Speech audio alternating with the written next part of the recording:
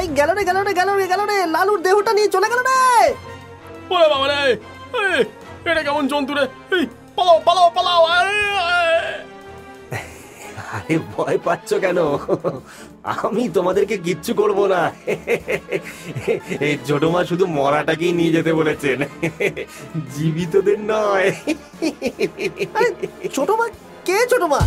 এই এই মরাগুলো নিয়ে ছোট মা কি করবে? সেটা আমি বলবো না, কিছুতেই বলবো না। কি বললো? ও কি বলে গেল? ছোট মা? সেটা কে রে? গত বেশ কিছুদিন ধরে পাশের গ্রামে এমন বেশ কয়েকটা ঘটনা ঘটেছে। অদ্ভুত একটা উড়ন্ত প্রাণী এসে মৃতদেহ নিয়ে চলে যাচ্ছে। আর আজকে আজকে তো আমাদের চোখের সামনে ঘটনা ঘটলো। এই না না না না না না, এই শিগগির চলো, আমাদের মোড়ল মশাইকে এই বিষয়ে জানানো দরকার। এর পেছনে কোনো বড় অমঙ্গলের ছায়া নেই তো?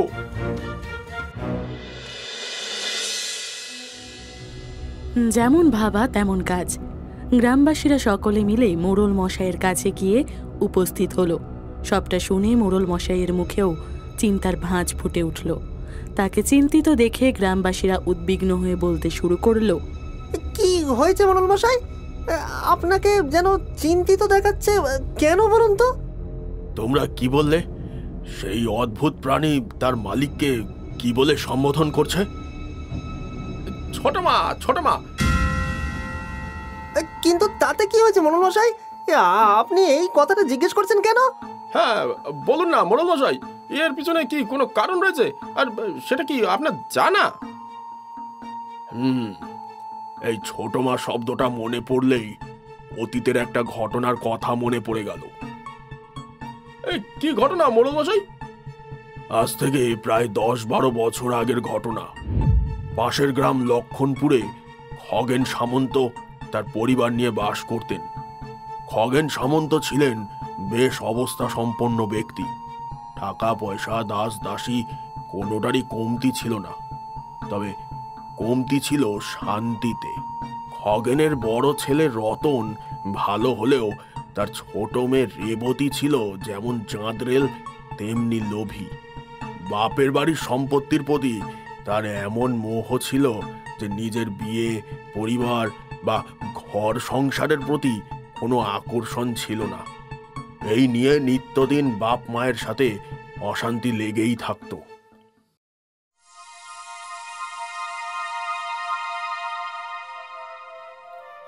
এই কি বলো তুমি? আমার তো একেই সব দিক থেকে ভালো বলে মনে হচ্ছে। হ্যাঁ, এবারে তোমার মেয়ে মত দিলেই হয়। কি নিয়ে এত গভীর আলোচনা হচ্ছে শুনি? কিছু না, দেখ তোর বাবা তোর জন্য সুপাত্রের সন্ধান এনেছে। এবারে তুই শুধু মত দিলেই আমরা দিনক্ষণ একেবারে পাকা করে ফেলবো। বারবার এই এক কথা বলে তোমরা কি আনন্দ পাও বলো তো? তোমাদের আর কতবার বলবো যে আমি বিয়ে করব না? তুই কি করবি? হ্যাঁ, আমাদের বুকের উপরে চেপে বসে থাকবি? বয়স হয়েছে কোথায় বিয়ে করে সংসার ধর্ম করবি তা নয়। এই কি চাই তোর, বল আমাদের। ওগো চুপ করো তো, মেয়ের সাথে অমন করে কথা বলতে নেই। বলতে দাও মা, কারোর কিছু বলাতে আমার যায় আসে না। আমার যেটা ইচ্ছে আমি সেটাই করব। কারোর বাবার ক্ষমতা নেই আমায় বাধা দেয়। হ্যাঁ সেই তো, জানো তো মা, তোমার আদরেই ও এতটা অবাধ্য হয়েছে। ওর বয়সী অন্য মেয়েদের দেখো, বিয়ে করে দিব্যি সংসার সামলাচ্ছে, আর ও? আর আমি বিয়ে না করে বাবার ঘাড়ে বসে খাচ্ছি, তাই তো? খাচ্ছি, বেশ করছি। এই বাড়ি বাবার সম্পত্তির ওপর তোর যতটা অধিকার আমারও তা। কথা শুনলে বাবা? ঠিক সময় শাসন করলে আজকে এই দিনটা দেখতে হতো না। হ্যাঁ, শাসন শুধু আমাকে নয়, তোকেও করতে হতো। কান খুলে শুনে নাও তোমরা, আমি এখানেই থাকবো। আমাদের হাড় মাংস জ্বালিয়ে তবে তোর শান্তি হবে, তাই তো? হ্যাঁ তাই ধরে নাও। আমি বিয়ে করব না, কোনো মতেই না। এই অশান্তি ছিল খগেন সামন্তের নিত্যদিনের ঘটনা। কোনো মতেই সে তার মেয়ের সাথে পেরে উঠত না। এদিকে রতন ছিল একজন তান্ত্রিক, আর রেবতী তার দাদার কাছ থেকে তন্ত্রবিদ্যা শিখতে চাইত, কিন্তু রতন তাতে মোটেই রাজি হতো না। ঝগড়া অশান্তি করে সে নিজের কার্য সিদ্ধি করে নিত, আর সবকিছুতে তাকে সাহায্য করত বাড়ির বিশ্বস্ত চাকর বালু। রেবতীকে সে ছোট মা বলেই ডাকত। ছোট মা, এত রাগ করো না।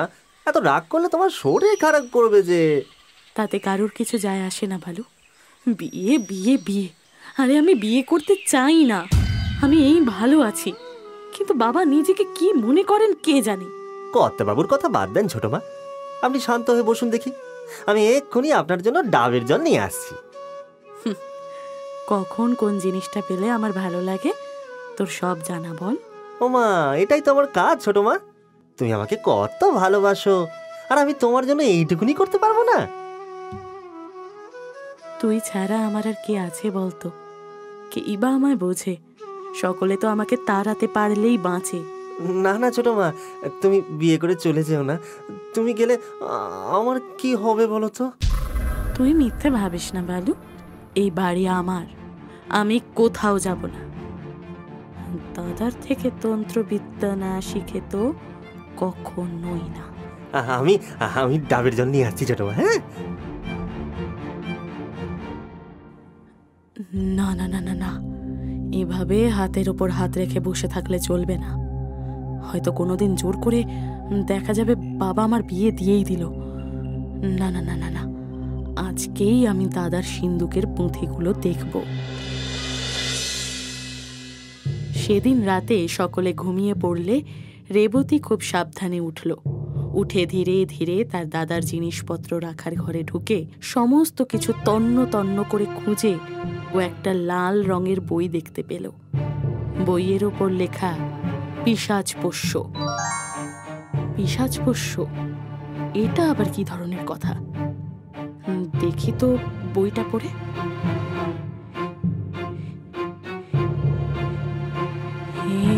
কি কিভাবে সম্ভব? পিশাচকে নিজের পোষ্য বানানো যেতে পারে, আর তার জন্য সবগুলো পদক্ষেপ এখানে লেখা রয়েছে। এটাই, এইরকমই কিছু আমি সে কবে থেকে খুঁজে চলেছি। এতদিনে আমি আমার লক্ষ্যে পৌঁছতে পেরেছি, কিন্তু কিন্তু এর জন্য তো আমার একটা মৃতদেহের প্রয়োজন। বালু, হ্যাঁ বালু, বালু। এই বিষয়ে বালু যদি আমার কাছে না আসে তাহলে আর কে আসবে? বালুই হবে আমার পোষ্য পিশাচ। আর তারপরেই এই দুনিয়ার সবচেয়ে শক্তিশালী হব আমি। এমন কিচ্ছু থাকবে না যেটা আমার হাতের মুঠোয় থাকবে না। গোটা পরিকল্পনাটা আমি করে নিয়েছি, এবারে শুধু সেটা বাস্তবায়িত করতে হবে। রেবতী জানতো বালু প্রতি রাতে ঘুমানোর আগে এক গ্লাস গরম দুধ খায়। সে তার দুধের গ্লাসে বিষ মিশিয়ে রেখে দিল, আর পরের দিন সকালের অপেক্ষায় মনে উত্তেজনা নিয়ে ঘরে গিয়ে শুয়ে পড়ল। পরের দিন সকালে তুমুল হই হট্টগোল শুনে ঘুম ভাঙল রেবতীর। ঘরের বাইরে যেতেই তার মা ছুটে এসে বলল, সর্বনাশ হয়ে গেছে রেবতী, বালু, আমাদের বালু। কি হয়েছে মা বালুর? বালু কোথায়? বালু মারা গেছে রেবতী, নিজের ঘরে মুখে গ্যাজলা উঠে। উফ, কিসের থেকে কি হয়ে গেল কেউ বুঝতে পারছে না। কি বলছো কি মা? কাল রাতেই তো সে আমার বিছানা করে খাবার জল দিয়ে গেল। বালু, নিজেকে সামলা মা, এইভাবে ভেঙে পড়িস না।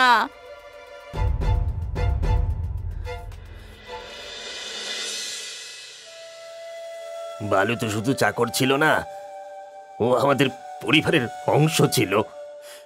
ওকে আমি কখনোই নিজের ছেলের থেকে আলাদা করে ভাবিনি। হ্যাঁ বাবা, আমরা বালুর সৎকারে কোনো রকম খামতি রাখবো না। না দাদা, বালুর দেহ সৎকার করলে হবে না। তার মানে হিন্দু ঘরের ছেলের মৃতদেহ সৎকার করবো না তো কি করবো রে? জানি না তোরা বিশ্বাস করবি কিনা, কিন্তু গতকাল রাতে বালু আমার স্বপ্নে এসেছিল। সে আমায় বারবার কবরস্থানের দিকে ইশারা করছিল। তখন তো আমি এর মানে বুঝিনি, কিন্তু এখন বালুটা সর্বক্ষণ কেবল ছোট মা করে রেবতীর কাছে থাকতো, আর মরার পরেও ওকেই দেখা দিয়ে গেল। রেবতীর কথা শুনে সকলে মিলে বালুর মৃতদেহকে সৎকার না করে সমাধি দিয়ে দিল। রাত নামতেই চারিদিক নিস্তব্ধ হয়ে গেল। সকলে ঘুমিয়ে পড়লে রেবতী নিজের ঘর থেকে বেরোলো। কিছু প্রয়োজনীয় জিনিস সে আগে থেকেই মজুত করে রেখেছিল, সেগুলো নিয়ে সে বালুর সমাধির কাছে গিয়ে পৌঁছালো। একে একে থলি থেকে সে জিনিসগুলো বের করলো। কাকের ডিম, মুরগির রক্তমাখা পালক, গ্যাঁদাল পাতা, মৃত শিশুর হাতের নখ, মৃত সধবার মাথার চুল আর মদ। আর কিছুক্ষণের মধ্যেই আমার ইচ্ছে পূরণ হবে। পিশাচ আমার পোষ্য হবে, আর তাকে দিয়ে আমি যা খুশি তাই করাবো, যা খুশি তাই। এই রক্তমাখা পালক আর কাকের ডিম দিয়েই এই সাধনা শুরু হবে। ক্রিং কুরু কুরু ফটকুট স্বাহা, কুরু কুরু পিশাচ সিদ্ধা বুরু ফট স্বাহা, রিং রিং পিশাচ সিদ্ধা বুরু বুরু স্বাহা, ওম রিং ক্রিং কুরু কুরু স্বাহা, ফট ফট বুরু বুরু স্বাহা। ছোট মা, তুমি আমাকে বাঁচিয়ে দিলে। তুমি তো আমাকে এক নতুন জন্ম দিলে ছোট মা। তোর কি হয়েছিল জানিস? না ছোট মা, আমি তো ঘুমিয়ে পড়েছিলাম, এক্ষুনি ঘুম ভাঙলো। ছোট মা, তুমি তো সাক্ষাৎ দেবী। আজ থেকে আমি তোমার কিনা গোলাম হয়ে থাকলাম। তুমি যা বলবে আমি তাই করব।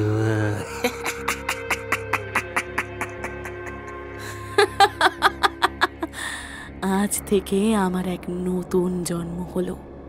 এবারে আমি যা চাইবো সব আমার হাতের মুঠোয় থাকবে, মুঠোয়।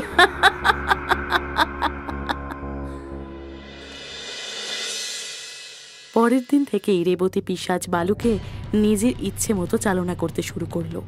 তার বিয়ে হয়নি বলে গ্রামের মিত্তির বাড়ির বউ তাকে বাঁকা কথা শুনিয়েছিল। রেবতী বালুকে বলল, ওই মিত্তির বাড়ির বউটা বড্ড বার বেড়েছে। বালু, তুই ওটাকে শেষ করবি। যেমন তুমি বলবে ছোট মা, তোমার হুকুম আমার জীবনের উদ্দেশ্য। পরদিন পুকুর পাড়ে মিত্তির বাড়ির বউয়ের মৃতদেহ পাওয়া গেল। মুখ থুবড়ে পড়েছিল সে। এরপরে একে একে ঘোষ গিন্নি, সরকার বাড়ির মেয়ে, যারা যারা রেবতীকে কিছু বলেছিল বা তাকে অপছন্দ করত, সকলের মৃত্যু হলো। গ্রামের মধ্যে কেউই বুঝে উঠতে পারল না কি হচ্ছে, কিন্তু পরে যখন রেবতী উধাও হয়ে গেল তখন এই খবরগুলো রটেছিল। তার মানে মোড়ল মশাই, আপনি বলতে চাইছেন গ্রামের যেই মৃতদেহগুলো সেই অদ্ভুত জীবটা নিয়ে যাচ্ছে, সেটাই বালু? আমার তো সেটাই মনে হচ্ছে।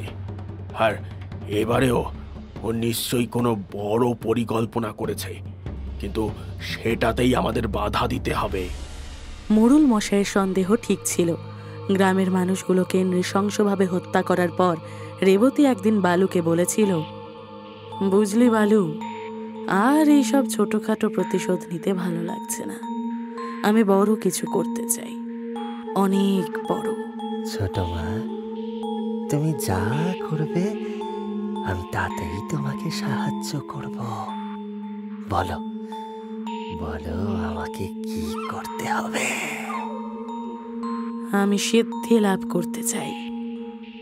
সিদ্ধি, তন্ত্রবিদ্যার ইতিহাসে নিজের নাম লেখাতে চাই, কিন্তু তার জন্য তোর অনেক সাহায্য লাগবে বালু। তুমি শুধু হুকুম করো ছোট মা, দরকার পড়লে আমি পৃথিবী উল্টে দেব। এত কিছু করতে হবে না বালু, তোকে কেবল 5টা টাটকা লাশ নিয়ে আসতে হবে, একদম তাজা। শ্মশানে নিয়ে যাওয়ার আগেই তাকে আমার কাছে নিয়ে আসবি। বেশ, তুমি যেমন বলবে ছোট মা।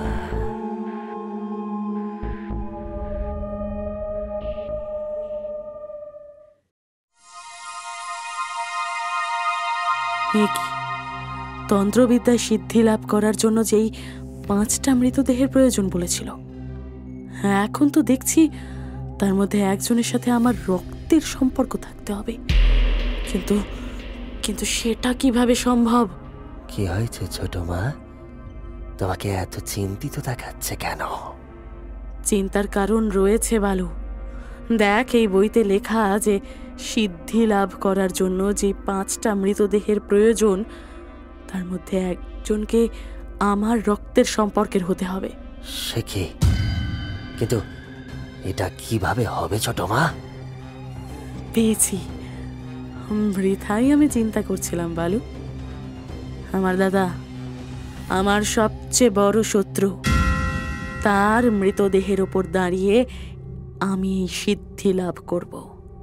কি? তোমার নিজের দাদার কথা বলছো তুমি ছোট মা? হ্যাঁ, দাদা, আমার দাদা। এই কাজটা তোকেই করতে হবে বালু। খুব বড় বড় কথা বলতো নাও, কিন্তু এবারে ও দেখবে এই রেবতী কত বড় ক্ষমতাধারী। পরের দিন রতন ঘুম থেকে উঠে কলের পাড়ে যেতেই চমকে উঠল। এক অদ্ভুত প্রাণী সেখানে দাঁড়িয়ে আছে। রতন নিজেও তান্ত্রিক ছিল, তার বুঝতে বাকি রইল না। বালু, তুই? কে বালু?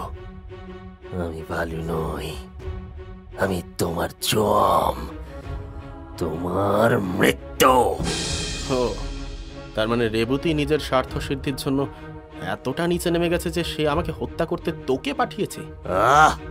খবরদার, ছোট মাকে নিয়ে আর একটা কথা বললে আমি ভুলে যাব যে আমি তোমাদের বাড়ির নুন খেয়েছি। যে ছোট মার জন্য তুই এত নিরপরাধ মানুষ খুন করছিস, যদি তুই জানতিস তার আসল সত্যিটা, তাহলে তুই আর এই কাজ করতে পারতিস না রে। কি সত্যি? মিথ্যে বলে আমাকে ভুল বোঝাতে চাইছো, তাই তো? মিথ্যে তারা বলে যাদের লুকানোর কিছু থাকে বালু। রেবতী নিজের স্বার্থের জন্য সব করতে পারে। পিশাচ পোষ্য করার জন্য তোকে খুন করেছিল। মিথ্যে মিথ্যে মিথ্যে বলছো তুমি। বরং ছোট মা আমার প্রাণ বাঁচিয়েছে, আমায় নতুন জীবন দিয়েছে। কারণ তোকে পোষ্য পিশাচ বানিয়ে নিজের স্বার্থ সিদ্ধি করতে হতো যে। হ্যাঁ, আমি নিজের চোখে দেখেছি বালু। তুই যাকে অন্ধের মতো ভালোবাসিস সে তোর ভালোবাসা, বিশ্বস্ততা কোনোটারই যোগ্য নয়। ছোট মা আমাকে... ওই জন্যই তো বলছি বালু, এখনো সময় আছে। তুই আর ওকে সাহায্য করিস না। ওর পুঁথি আর জিনিসগুলোকে আগুনে পুড়িয়ে দে, তাহলে হয়তো ওই ধ্বংসলীলা থেকে সরে আসবে। ঠিক বলেছ তুমি। অনেক অন্যায় করেছি, কিন্তু আর নয়। আমি এখান থেকে অনেক দূরে চলে যাব, কিন্তু তার আগে ছোট মার সমস্ত পুঁথি বই সব শেষ করে যাব। নইলে হয়তো অন্য কোনো বালু এর শিকার হবে।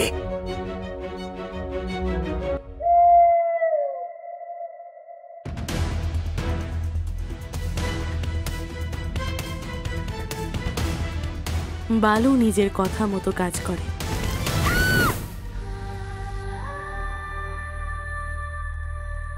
এরপরে তাকে আর কখনোই কেউ দেখেনি। নিজের সর্বস্ব চলে যাওয়ার শোকে রেবতী পাগল হয়ে যায়।